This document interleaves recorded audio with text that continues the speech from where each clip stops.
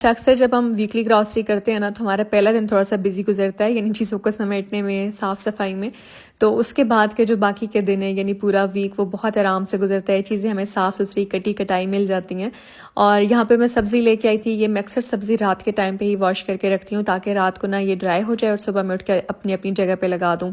तो यहाँ पे मैंने टमाटर धो लिए थे, साथ में खीरे और लेमन वगैरह, और इसमें से जो टमाटर मुझे थोड़े से लूज़ लग रहे थे वो मैंने साइड पे कर दिए ताकि मैं उनको जल्दी से यूज़ कर लूँ। बाकी के जो थोड़े फ्रेश थे उनको मैंने फिर फ्रिज में रखना था। इसके अलावा फ्रूट्स भी मैं इसी तरीके से वॉश करती हूँ और साथ साथ में चेक कर लेती हूँ। और फ्रूट तो लाजमी मैं धो के रखती हूँ, क्योंकि ये हम जब एज इट इज़ उठा के रख देते हैं फिर बच्चों पे चीखते रहते हैं कि भाई इसको धो के खा लेना, इसको धो के खाना है।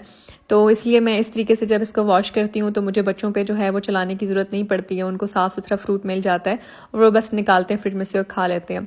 इसी तरीके से जैसे यहाँ पे केले हैं तो उसमें से भी मैंने जो थोड़े से सॉफ्ट लग रहे थे मुझे वो मैंने लदा कर दिए और बाकी के मैंने फ्रिज में रख दिए। और इस तरीके से ना रात को सारी जो सब्ज़ी फ्रूट्स वगैरह मैं वॉश करके रख लेती हूँ। सुबह तक ये ड्राई हो जाते हैं और फिर मैं सुबह उनको सेट करके रख देती हूँ। अच्छा, यहाँ पे जैसे फूल गोभी थी, इसको भी मैंने कट कर एक एयर टाइट कंटेनर में रख दिया।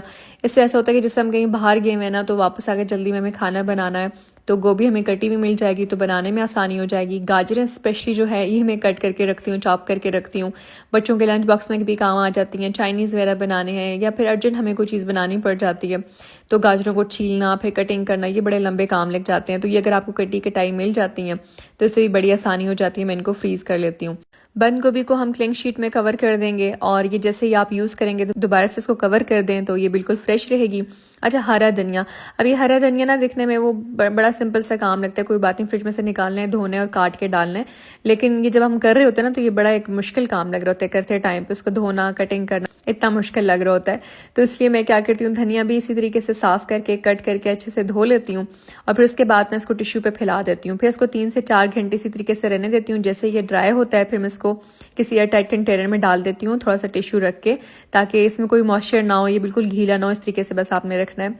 साथ ही में मैंने लेमन भी रख दिया और ये वाला बॉक्स भी मैंने रेडी करके रख दिया। इसके अलावा अंगूर भी मैंने इसी तरीके से साफ़ किए थे और जैसे ये ड्राई हो गए फिर हम इसको एक बॉक्स में रख देंगे। और बस बाकी के साथ में मैंने सब्जियां फ्रूट्स वगैरह भी संभाल लिए। चिकन आया था उसकी भी मैंने अपनी रेसिपी के अकॉर्डिंग पैकिंग करके रख दी। अब कुछ खवातीन कह रही होंगी कि भाई ये धनिया पुदीना अब ये कटिंग करना कहाँ का मुश्किल काम है। असल में जो मसरूफ़ होती है ना खवातीन, जो बाहर जाती हैं, काम करती हैं, वर्किंग लेडी हैं या फिर जो घर पे जॉइंट फैमिली में रह रही हैं, बच्चों को भी टाइम देना है, सारे काम देखने हैं, तो उनका थोड़ा सा एक दिन मसरूफ़ गुजरेगा, बाकी का पूरा वीक आराम से गुजर जाएगा। तो ये दिखने में नॉर्मल सी बात लगती है लेकिन इससे आपका काफ़ी ज़्यादा टाइम बच जाता है।